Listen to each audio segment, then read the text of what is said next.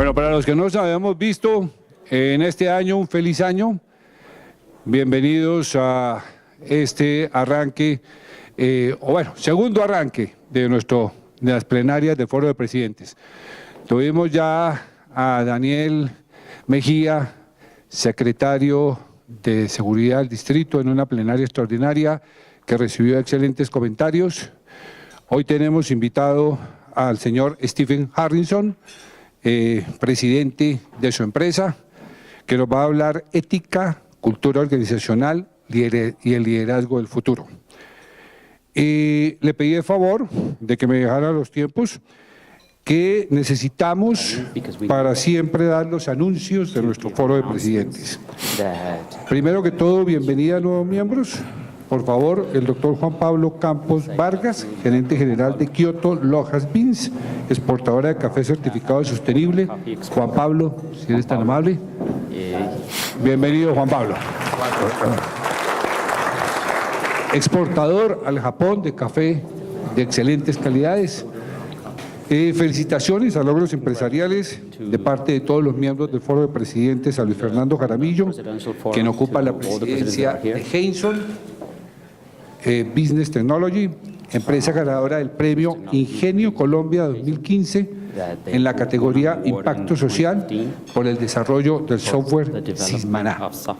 Nuestro invitado de hoy, el señor Stephen Harrison, presidente de la Junta Directiva de Lee Hitch Harrison, firma líder mundial de consultoría para la gestión del talento. El señor Harrison es MBA con honores de la Universidad de Cincinnati y ha ocupado distinguidas posiciones.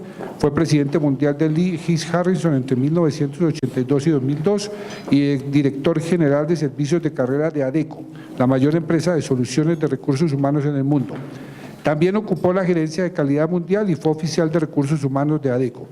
Actualmente se desempeña como conferencista internacional en temas de liderazgo, ética empresarial, innovación y estrategias para el desarrollo de carreras en reconocidas instituciones como Harvard Business School, Wharton University, International Institute for Management Development de Suiza. Bienvenido, señor Harrison. Al final se harán las preguntas. El señor Harrison ha pedido que el traductor venga para las personas que quieran, las que necesiten, y le haga el traslado de las preguntas. Señor Harrison, bienvenido. Thank you. Gracias. Good morning, everyone. Now, you're all accustomed to hearing speakers say, "I'm glad to be here." Well, I need to tell you two reasons I'm really, really glad to be here. One, you cannot get a good cup of coffee in America. So this is fabulous. And two, a few days ago, my hometown, New York City, is where I live. This is what it looked like. And this was me. So when I say I'm glad, it doesn't snow here, does it? Bogota doesn't snow. No, good. That's wonderful. Just for those of you who don't know what Lee Hecht Harrison is, we, since 1974, are in the career transition or outplacement business, leadership consulting business, and employee engagement business. We have some 300 offices around the world in 60 countries. That's the end of the commercial. Ethics, corporate cultures, and the leader of the future. It sounds like a subject that would take us a week to talk about, or a year. But it's close to my heart. And before we get into the meat of the subject, this is about people. This presentation is about people, employees. And have you heard of the Conference Board? Very, very prestigious survey organization. Every year they do a survey of hundreds, thousands of corporations all over the world. This year, 2015, they got responses from 700 senior executives from all over the world, including South America. Just look at what their priorities are. Their biggest business challenges, business, not people, business challenges all have to do with people. Performance management, training and development, employee engagement, innovation, overcoming talent shortage, creating agility, flexibility, diversity and inclusion, leveraging differences, and strengthening organizational culture. And when they got down to talking about what the greatest human resources challenges are, look at these: leadership, skill building, employee engagement, corporate culture, and labor shortages. These are the biggest business problems. I would like to start today by telling you a story. You like stories? Okay. Well, you don't have any choice, because that's what I'm going to do.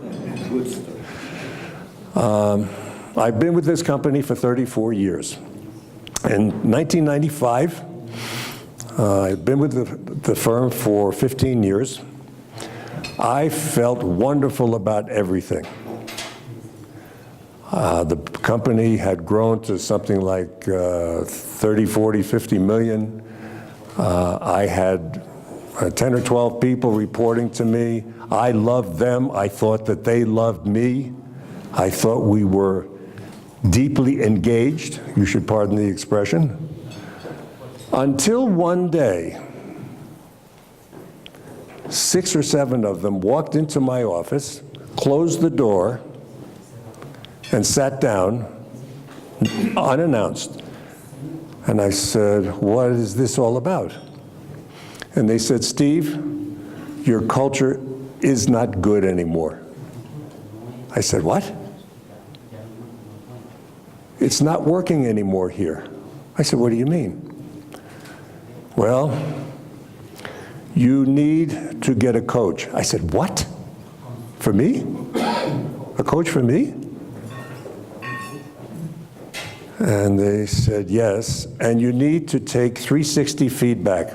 How many here have taken 360 feedback? That's a deep look into who you are and why you are. And you need to hire a chief operating officer.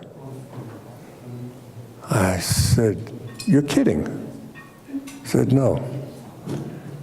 I said, "Well, I don't know where to get a coach." "Don't worry, we got just a coach for you. Her name is Karen." And I said, I've never had a chief operating officer. I don't know where to go to get one." "Don't worry, we found your chief operating officer." I said, "Why didn't you tell me?" They said, "Because you probably wouldn't let us." I said, "Okay. What am I going to say? I'm not going to fire 14 people, 12 people." So at the appointed day, the coach comes in. She is tall, very well-dressed, very serious looking. Shakes hand, we make an appointment, and she goes away.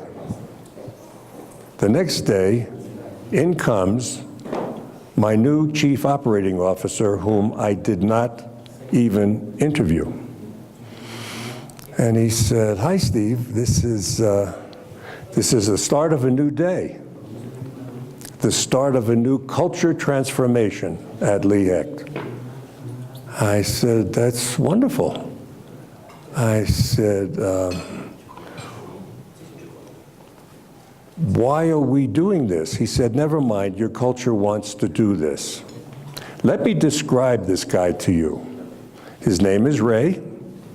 He is 6 foot tall. He's a graduate of the United States Military Academy at West Point." You've heard of West Point, right? He left the Army after many, many years, retired at age 48. The first in his graduating class at West Point to achieve the rank of general, a former general. And he said, "Well, we'll get started next week, right?" I said, "Sure." And by the way, he is a world-class athlete.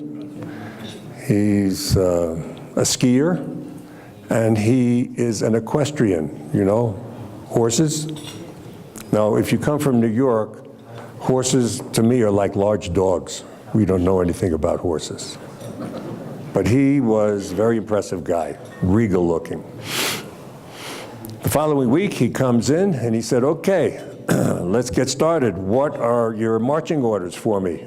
I said, what do you mean marching orders? What am I supposed to do? I said, well, you're the chief operating officer, go operate. And he said, okay, can I assume that I am empowered to do what I think is right? I said, sure, you're empowered.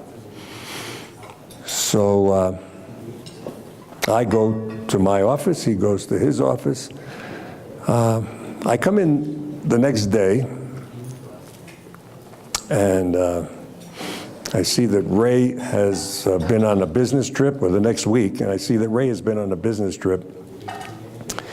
And I walk up and down the aisles, say hello to the secretaries, say hello to my colleagues, and I come back and I pass my secretary's desk and I see an announcement from Ray. And the memorandum was written to my direct reports. And it said, scheduling a strategic retreat at a very fancy hotel.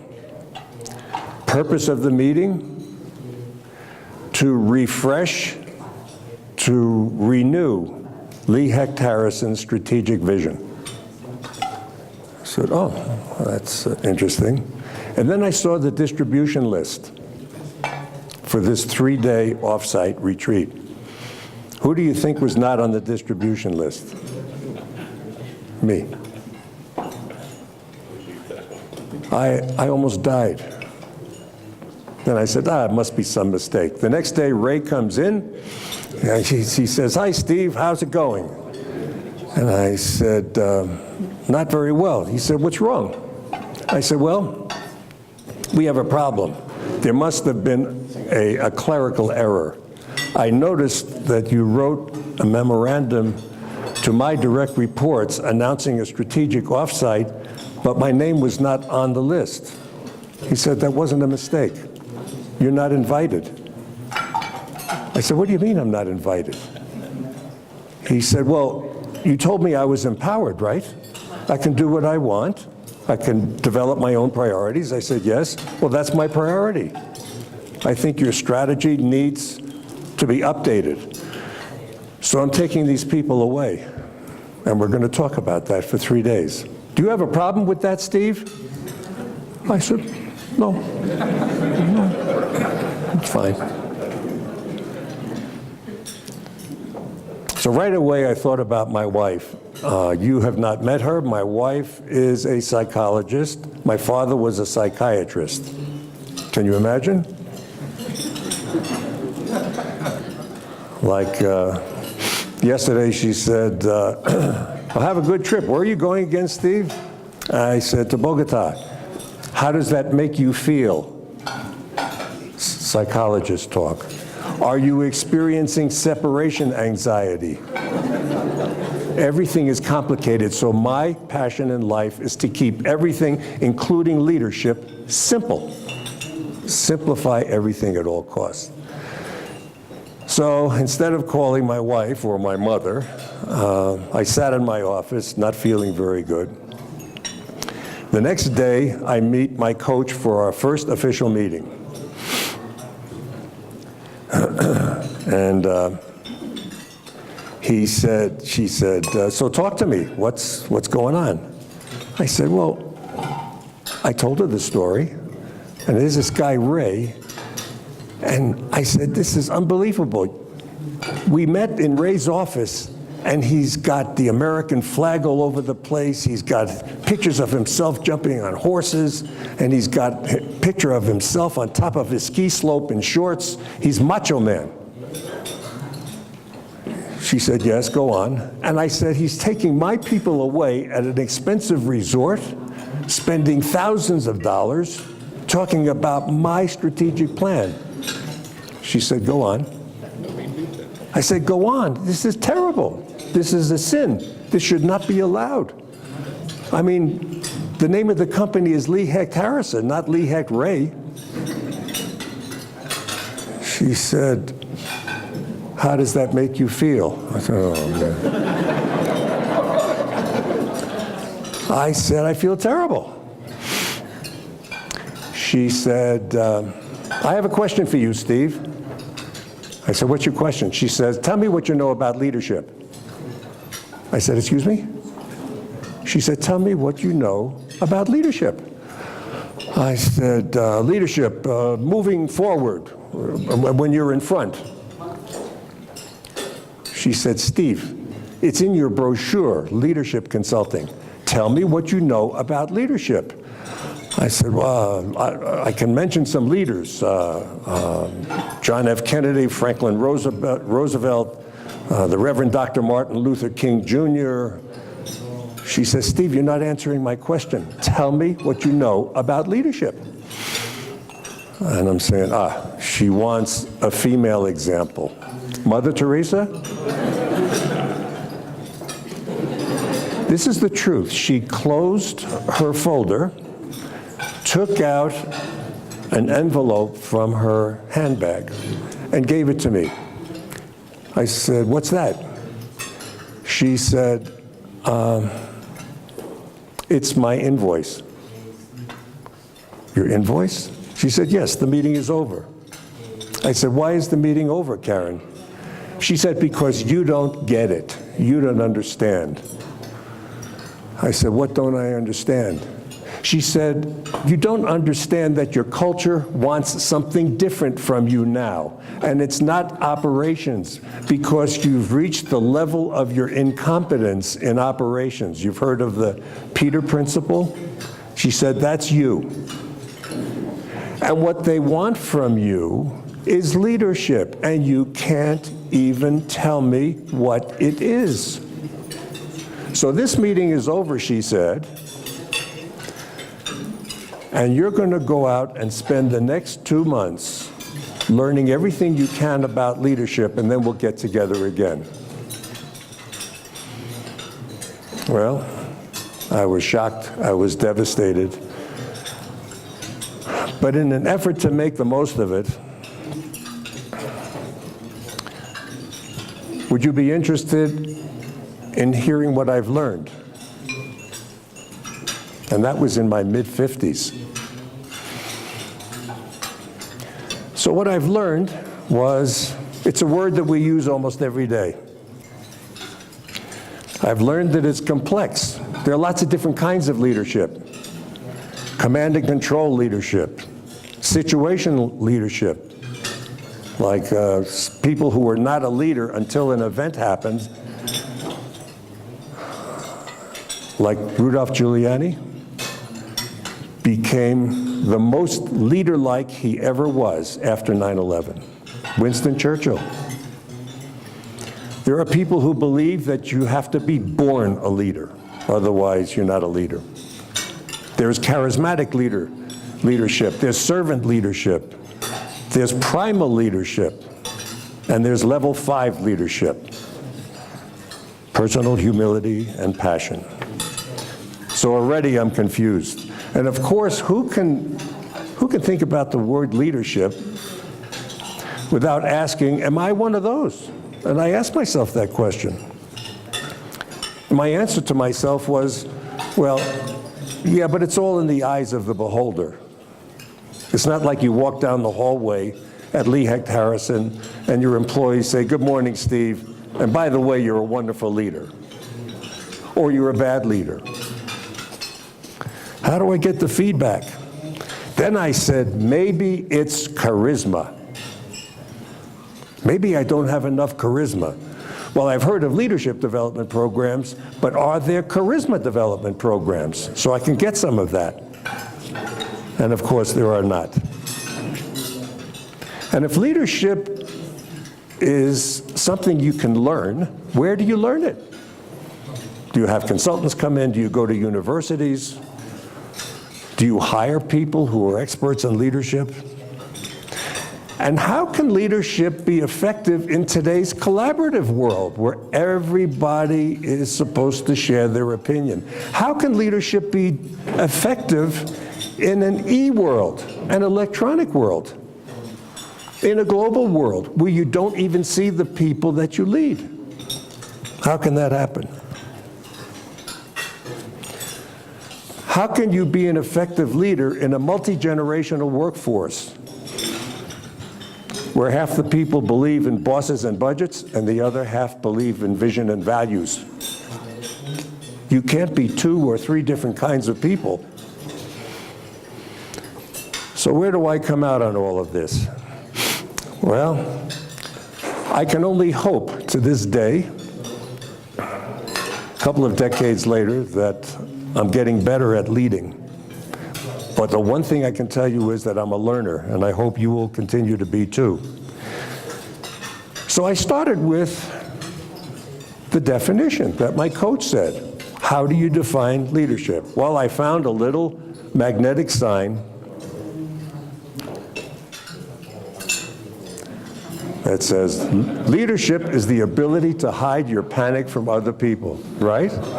Everybody in this room is a leader, and you know the feeling. Well, I'm not sure that works. Let me try this on you.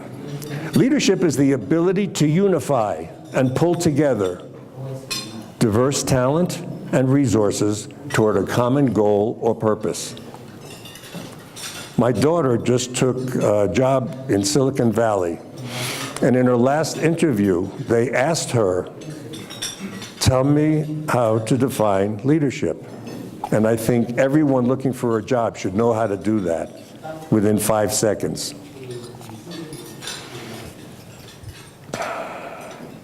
There are traditional leadership attributes.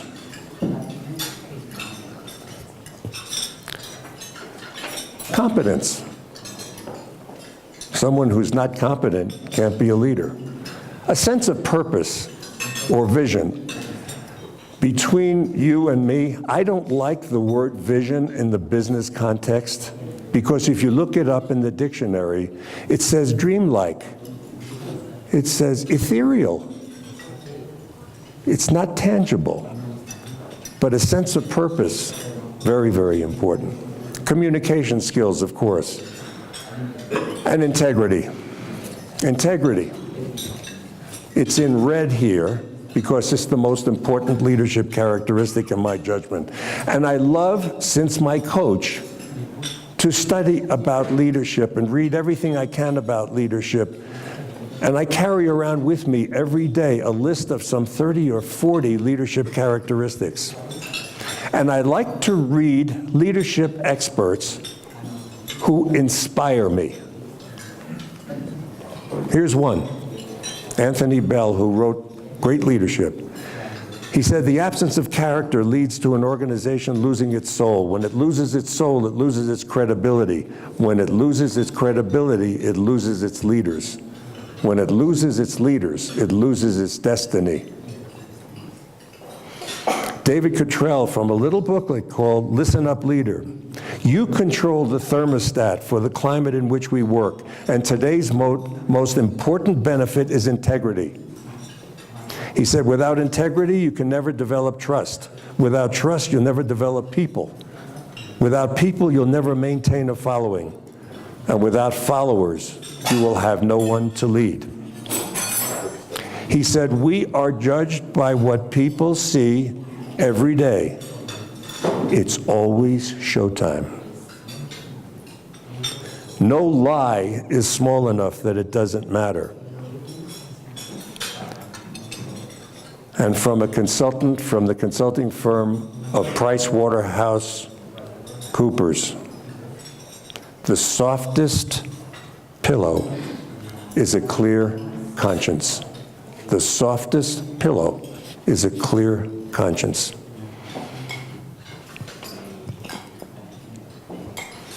The leader of the future has even a bigger challenge.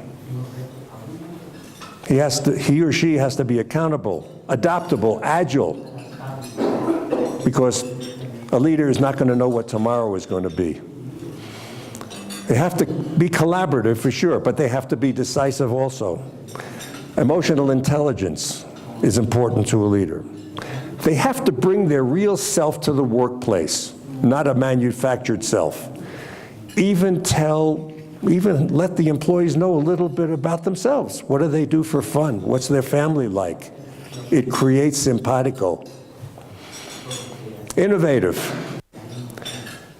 And by innovative, I don't mean creating the next big thing. I mean being conscious of the importance of incremental innovation. Little things. Who can tell me what this is? Ketchup. This is a smart audience. Smart audience. This is created in the 1800s by the H.J. Heinz Company. And for 130 years, the world has watched people at McDonald's or at home trying to get the ketchup out of this thing, and then they stick a knife in there to get the rest of it. 130 years. Then in 1992, what happened? This. Turned it upside down. They even turned the label upside down. A wide spout, so you don't have to keep doing this and get ketchup on your tie or on your dress. But 130 years? Incremental innovation. The sales and profit of the H.J. Heinz Company went crazy, as if they had just invented ketchup. Incremental innovation is what they want.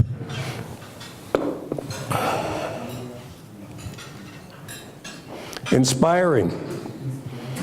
Resilient. They need to be self-aware. That's why 360 feedback is so important. Trustworthy, with an underscoring of the word trust.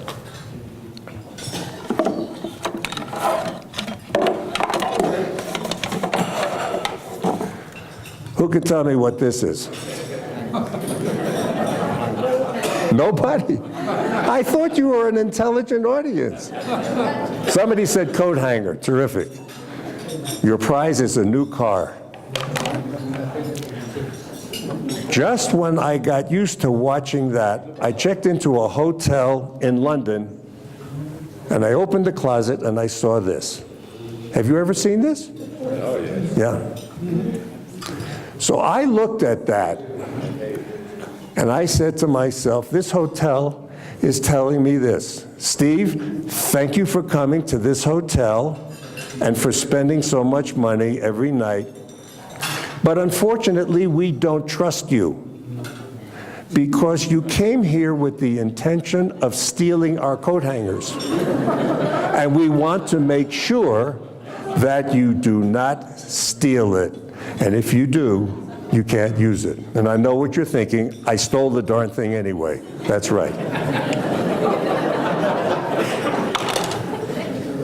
How incredibly easy it is to compromise trust. I need an expert technician here to deal with this. Trustworthy. A lifelong learner. A leader has to be a lifelong learner and has to be future-focused. Future focus is a critical leadership quality, but today's leaders are terrible at it. Actually, they said they stink at it. I don't know how many American authors are translated into Spanish, but of all the books I've read, there are only 2 authors, co-authors, that lead me to say, if you don't read anything else, read their stuff. One is called The Truth About Leadership, my kind of book, thin and not expensive. And the other is A Leader's Legacy by Kouzes and Posner.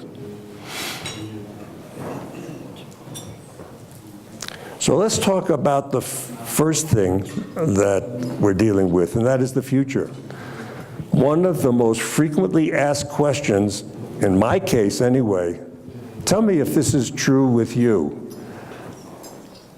that when you walk down the hall or when you're sitting with employees, formally or informally, the question they ask is, where is this company going? Where are we going? Right? What are your plans? The future world of work, work-life imbalance. Everybody's in balance here, right? There's no work-life imbalance. It's one of the biggest problems in America. There are even happiness coaches. Antidepressant medication is the biggest selling medication, at least in the United States. There are 100 suicides a day in Japan. 60% of teenagers know someone who has attempted suicide or very seriously considered it. All because of stress and work-life imbalance. There is even a happiness magazine. Do you believe this? A happiness magazine. It's called Live Happy International. So if you want to get happier, buy this magazine.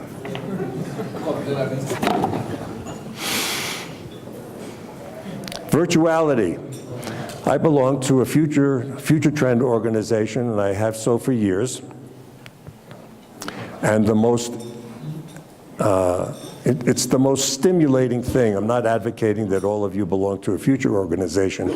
But I called the president and I asked her, Edith, I want you immediately to tell me what the biggest challenge for leaders of the future, what is the biggest challenge for leaders of the future? She said, virtuality. You don't see the people you lead.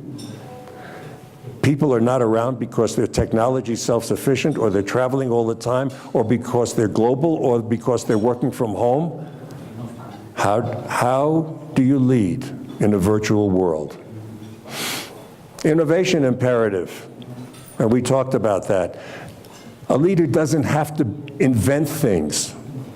He or she has to be conscious of the importance of incremental innovation, like the Post-it note, right? Almost an accident.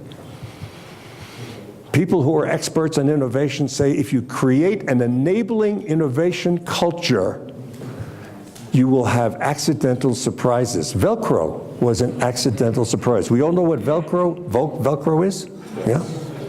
You want to hear? Who can tell me what the Velcro story is? Okay.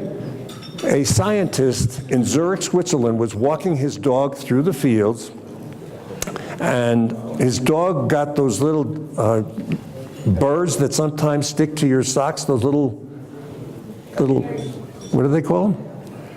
The little burrs that stick to your socks.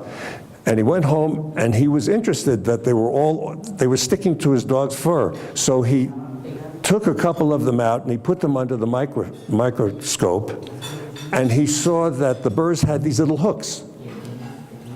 And he said, I believe I can invent a competitive product to the zipper. 10 years later, Velcro. And the word Velcro comes from velvet and crochet. The crochet needle? Yeah. Right?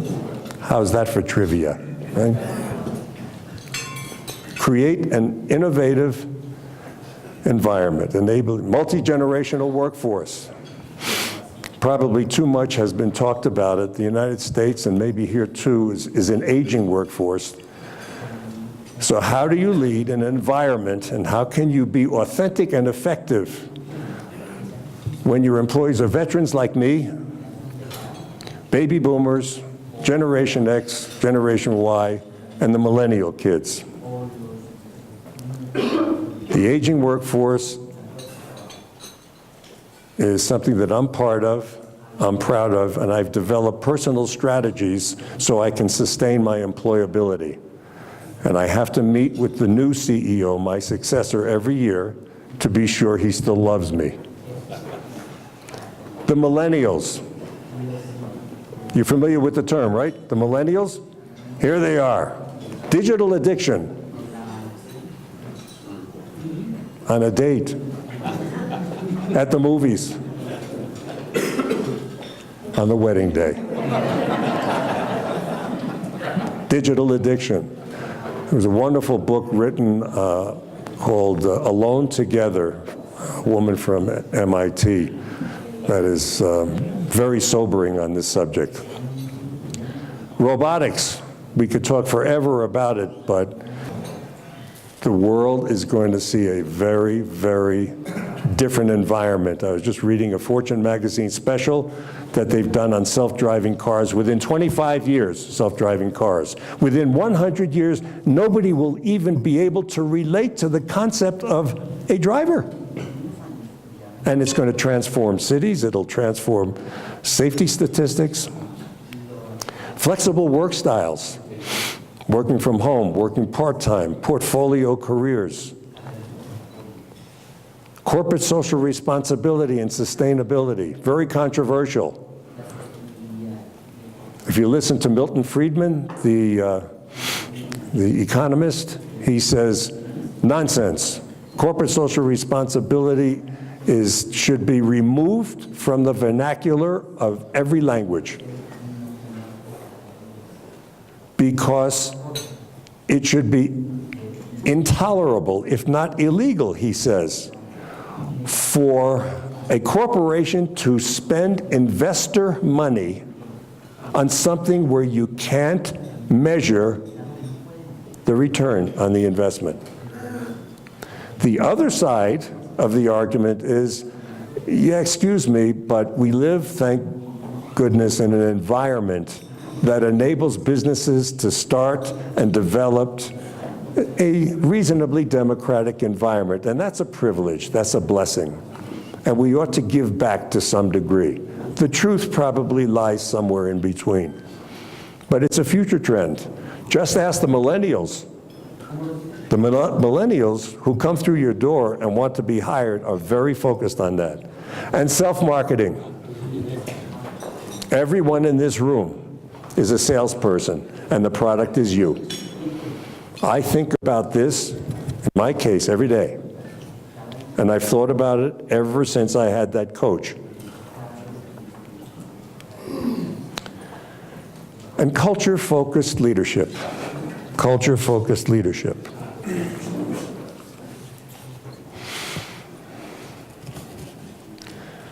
The term corporate cultures came from a book by that title by Kennedy and Deal called Corporate Cultures.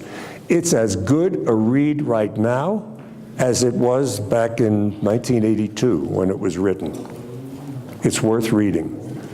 There was another book written about 15, 20 years later called Corporate Culture. Also my kind of book, thin and inexpensive, a wonderful read. Cultures mean customs, rituals, beliefs, values, traditions, behaviors, the climate of the organization. So we're talking about the timeless human factor, the human factor.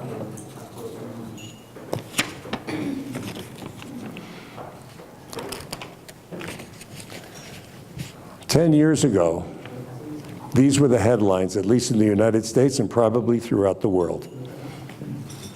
Enron, WorldCom, Arthur Andersen, cultures destroyed, the shock waves heard around the world.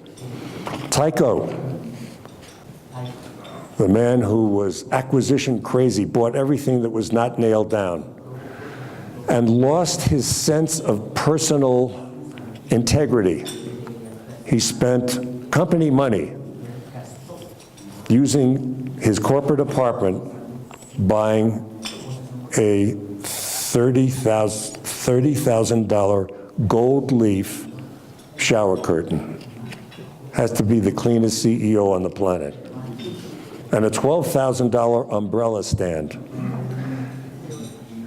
And he took $1 million of the company's money to create a party, a birthday party, for his new, young second wife on a Mediterranean island. with company money. I told that story in Denmark, and one woman jumped up and said, "That's my kind of husband." So we created the Sarbanes-Oxley law in 2002. You've heard of Sarbanes-Oxley? Yeah? Do you think it worked? How many people think Sarbanes-Oxley has worked? How many people think it hasn't worked? 3 years later, fraud and misconduct increased by 22%. And now, what do we have? We have global insider trading rings. For a while, we had the illegal backdating of stock options. And thanks to Bernie Madoff and people like him, we've got Ponzi schemes. Is there hope? The learning is simple, and was simple for me, and that's why I wrote the book about decencies. Governments can require compliance with the law, but it cannot legislate ethics and values, can it? We have values. Ours are passion, team spirit, entrepreneurship, customer focus, and responsibility. That's not law. And we have leadership principles too, inspiring leadership principles, cool head, working hands, and a warm heart. That solidifies our culture. It binds our culture together. The problems with ethics and integrity and values is too theoretical and conceptual for corporate culture building. And my answer, since you didn't ask, is decency. Decency. The first time I ran into that word, where that word came to mind, was on a cold February day in Zurich, Switzerland, and I was there alone, feeling sorry for myself. And I got a call the day before the weekend, a Friday, and it was the CEO who invited me to his home. He was a Frenchman and is married to a French lady for brunch. So I went to his house for this wonderful brunch, and it was elegantly done, and she created crepe, flaming crepe, you know? But before she started cooking, she offered me a glass of champagne. So I drank that rather quickly. Then she offered me another glass of champagne, and it tasted even better than the first glass of champagne. So I'm going to be a coach here for a minute. Try that someday. I know it doesn't get cold here, but 2 glasses of champagne at 10 o'clock in the morning, almost as good as Colombian coffee. Decency. Decency. What does it mean? Respectful, considerate, kind, helpful, civil. Decencies are actions by leaders that are not in corporate policy manuals, that are tangible, visible, practical, affordable, and impactful. Creates great stories, and it makes cultural memories.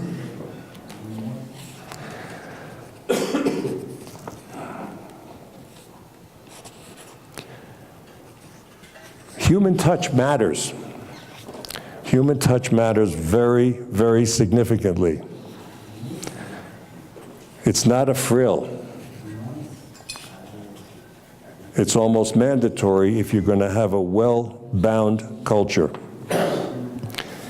I got up from that breakfast, thanked the hosts, and was about to leave, and I saw a big poster on their wall. And the poster had a title, Life's Little Instructions. So I asked for a pad and a pen, and with my coat on, I wrote down 7 of them. Compliment 3 people every day. Overtip the breakfast waitress. Buy whatever children are selling on card tables in their front yard. Wave at children in school buses and be the first one to wave.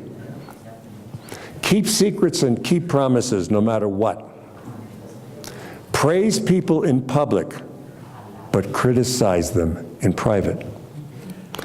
And never waste an opportunity to tell someone you love them. So I'm going to start right now.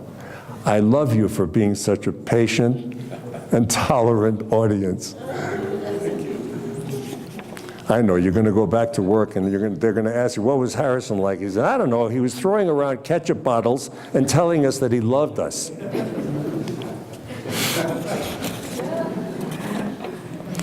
Decencies.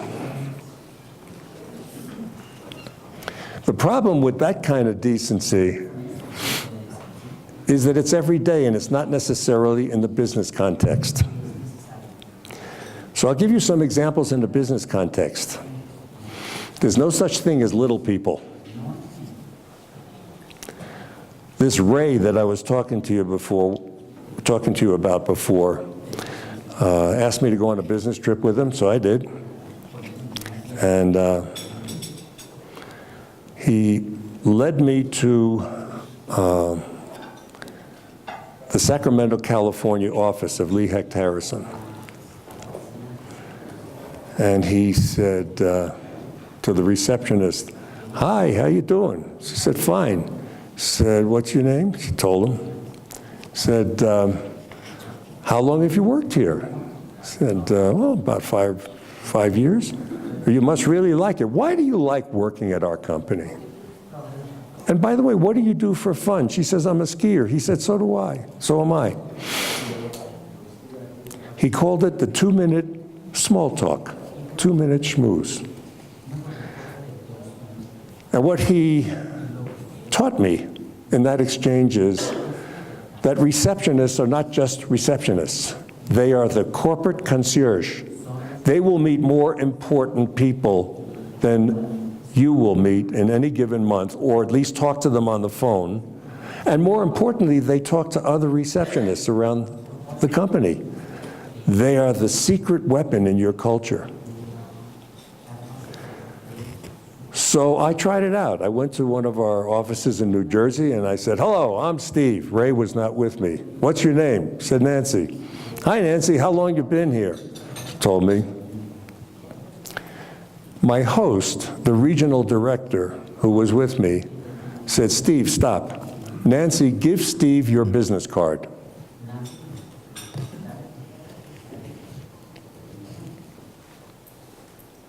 The director of first impressions. Do you think she needed a job description?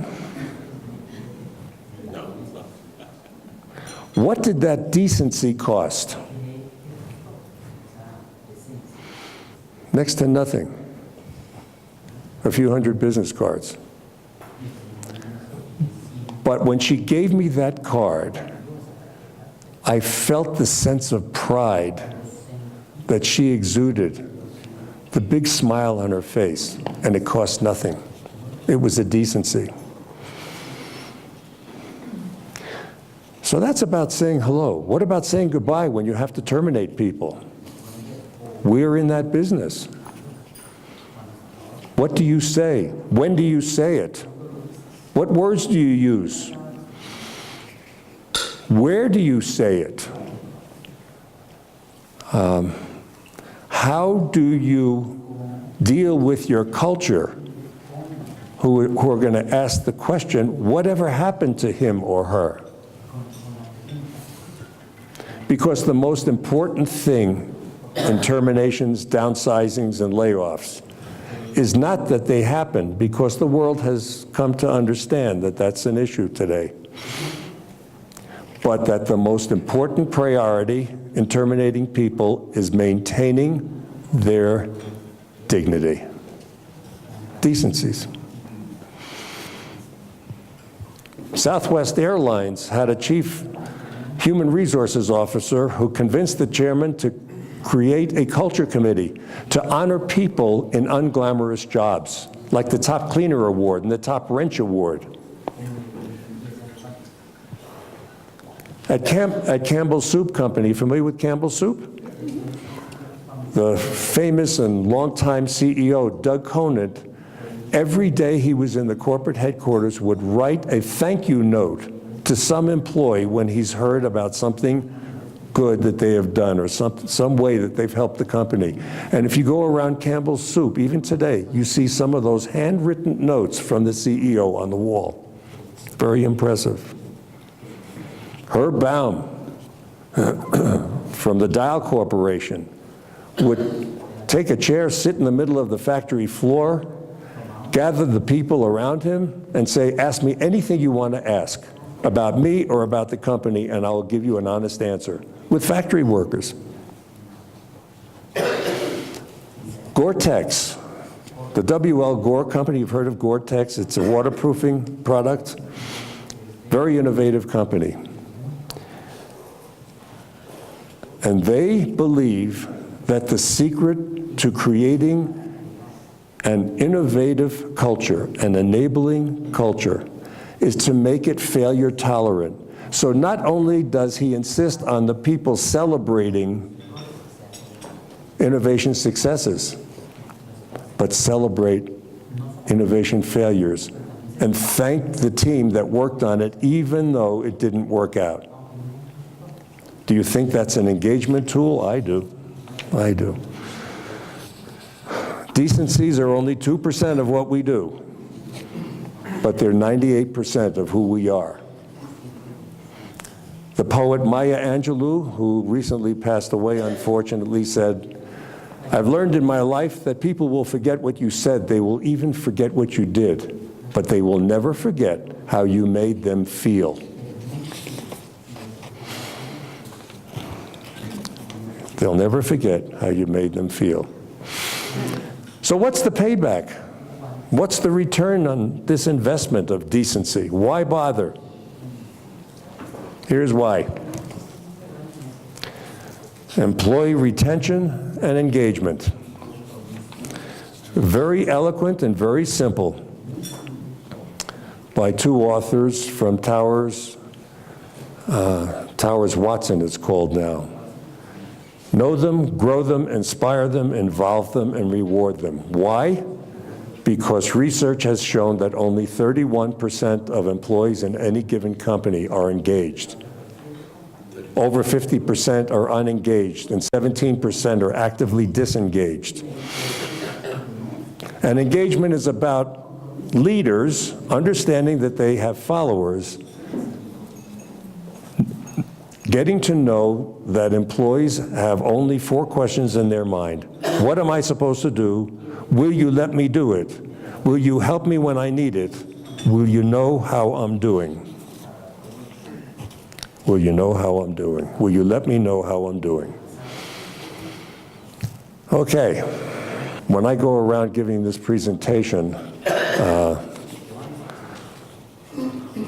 the question I get asked most frequently, audiences like you, are, that's all fine, but what about if there's a crisis? What about leadership in turbulent times? And I will read from a book where I and other people were quoted shortly after 9/11, where I said this: "For me, the key to leadership effectiveness in turbulent times are agility, adaptability, courage, and intuition." Earlier, I talked about different leadership styles, collaborative, authoritarian, etc. But I've noticed that in successful crisis navigation, regardless of their naturally predominant leadership style, effective leaders demonstrate a special talent, the flexibility to adopt and embody most or all of these styles on any given day or any given hour. Collaborators need to be decisive. Authoritarians need to be collaborators. Quiet leaders need to communicate as never before. Noisy leaders need to know when to zip it up. Cerebral leaders or process-oriented leaders quickly learn that turbulent times place a premium on managing flexibly, often from the neck down. And if all of this weren't enough, ironically, during the very time they're reacting, the crisis leader needs to anticipate. As Colin Powell used to say, the ability to see around corners. So I suggest this: avoid mixed messages, be consistent. Demonstrate a consistent sense of purpose. Be accessible, visible, and out of your office. Listen to and respond to your people. Keep promises. Tell people what you know and tell them what you don't know. Beware of overplaying your strengths. If you're detail conscious, don't carry that to an extreme and become a nitpicker. If you're charismatic, that's great, but understand that there are other leadership characteristics that are as important or more important, like integrity. If you're visionary, don't carry that to an extreme, because it's important also to be practical and operational. And finally, convey a sense of hope, because solid leadership is what gives hope a chance to become a reality. Leadership is a performing art. So I'm going to pause here for questions. Any questions before my closing comments? I had a quick question, and that is, why talk about leadership for the future when we don't really know if we're going to be around? What about leadership for the present? Colombia is facing a very complex time in history. We are trying to strive through many difficult things related with politics, peace, and the economy, not to mention social struggle and things. So when you talk about leadership for the future, I feel grateful, but I would love for you to address the present challenges and opportunities that we have. I think the question, well, you heard the question. My answer would be, you have to keep one foot in each territory, the present and the future, despite the fact that your country and almost every other country that I've been to, 2 months ago I was in Brazil. They have their own challenges. Argentina has their own challenges. Even Chile has their own challenges, different kinds. The United States has big challenges. So I think the here and now is all about the traditional leadership characteristics, but tomorrow is the future. So even when you're thinking of today's problems, my personal opinion is you have to be futuristic enough to know that tomorrow or next week is the definition of the future for you. This is the most demanding time for leadership in the history of the earth, I think, right now. So you don't have a choice. And that's why I think with leadership, you got to keep it simple. Keep it simple. Understand the power of corporate cultures. My daughter's got a problem in Silicon Valley. She's there where people jump from one company to another company and take what they've learned and bring it to another company. It's crazy out there. People don't even, these are futuristic companies, and they can hardly put their mind to the future because today somebody's leaving and taking their technology to another place. So you're probably not satisfied. You may not be satisfied with my answer, but unfortunately you have to do both. You have to be both. I think that in order to create a solid culture, a lot of things have to be in place. Authentic leadership, avoiding overplaying strengths, bringing your real self to the workplace, creating an innovative environment. All those things are true, being culture focused. But for us at my company, there's one other thing. We decided about, I guess in the late, in the mid-1980s, early 1980s, that we needed a symbol that spoke to who we are and what we did. And it's this, the starfish. Starfish. So we found an author by the name of Lauren Isley, who wrote a book. And in that book, he told a story. And it's a story of an older man who was sitting in front of his house on a beach near the ocean one morning having his coffee, Colombian coffee. And he was watching in the distance on the shoreline, and he saw a young man with his pants rolled up, bending down and doing this, and bending down and doing this, almost like a ballet dancer. And that got his interest. So he went to the shore, and he said, "Young man, I notice what you're doing. What exactly are you doing?" He said, "Well, the tide is going out, and I'm taking the starfish who have been left on the beach and throwing them back in the water, because if they stay on the beach, the sun will burn them and kill them." And the older man said, "Yes, young man, but the problem for me is that there are thousands and thousands of starfish all along these miles of beach. How can you possibly make a difference?" And the young man bent down, grabbed another starfish, threw it in the ocean, and said, "I made a difference to that one." So I think the mindset around decency, the passion that we have as a culture about each other and about the work we do, is not that we can save the career lives of the thousands of people that have been laid off, but at least in our small way, make a difference one at a time. And I think if you do this, it will create unity in your culture. And unity, coincidentally, the last 5 words in opportunity. Thank you.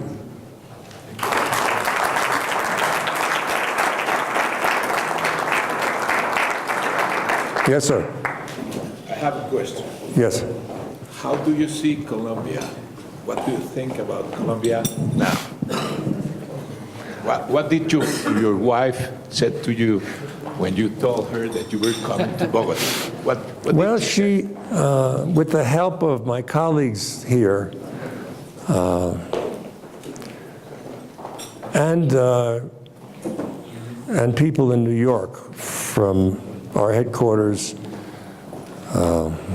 and some of those in the leadership team are from South America. I've come to learn that the last 10 years has been very different in many ways than the prior 10, 20, 30 years. I did not know that. And I listened to that.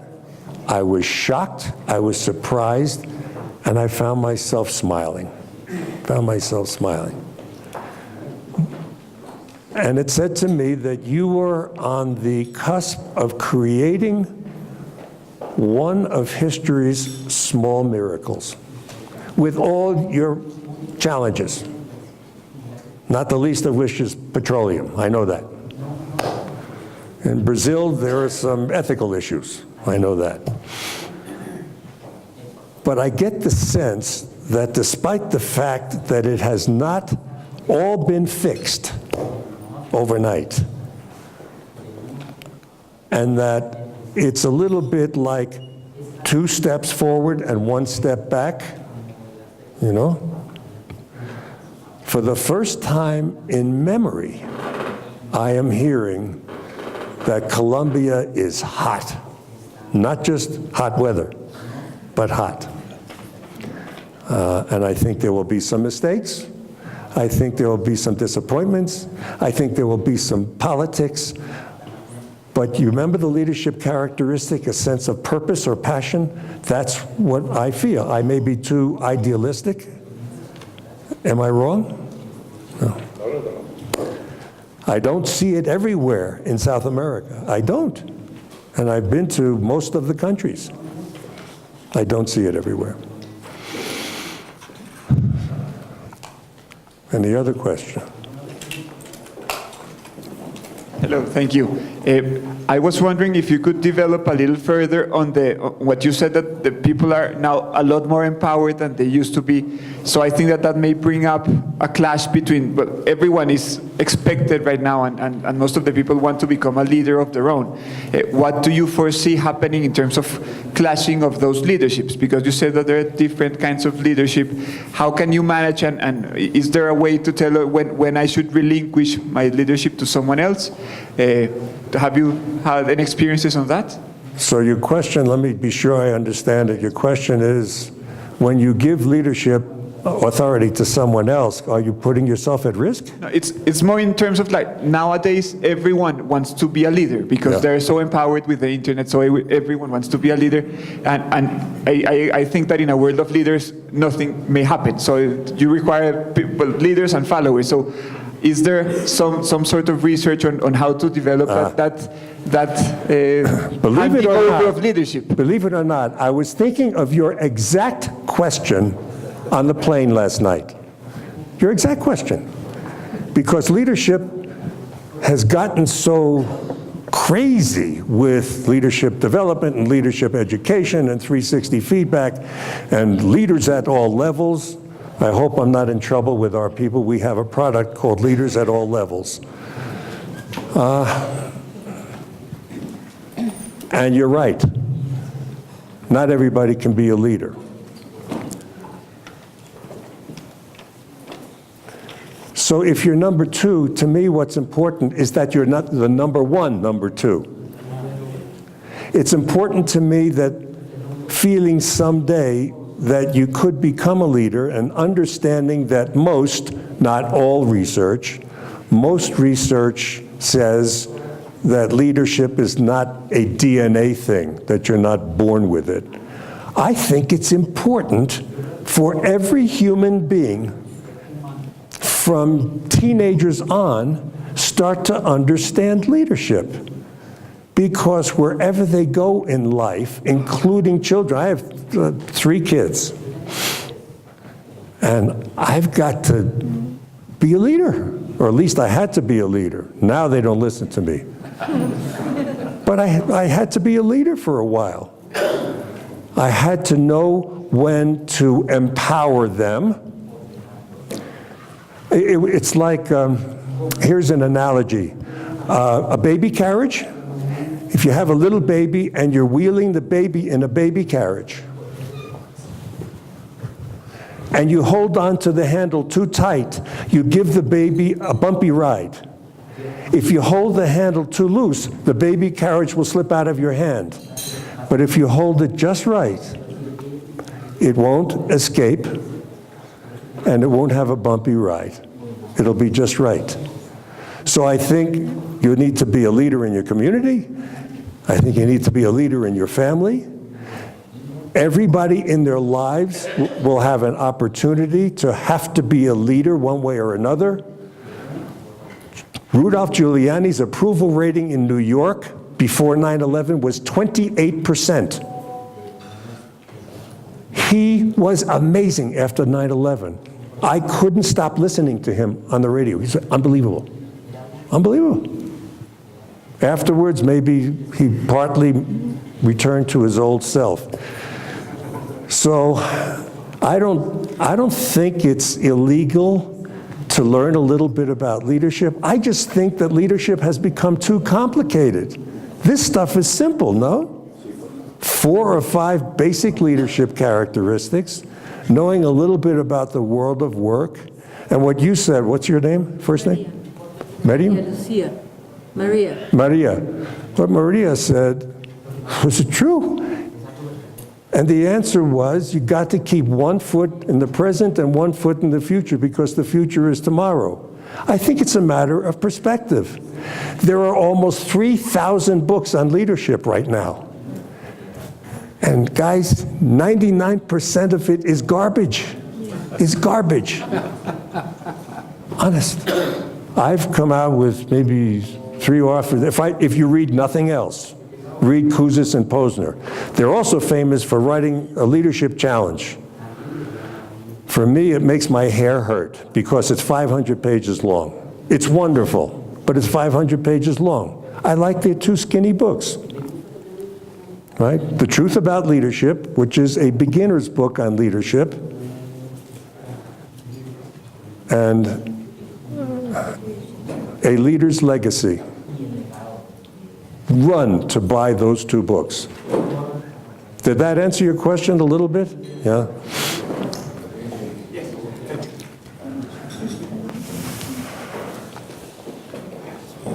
Well, thank you, and make a difference.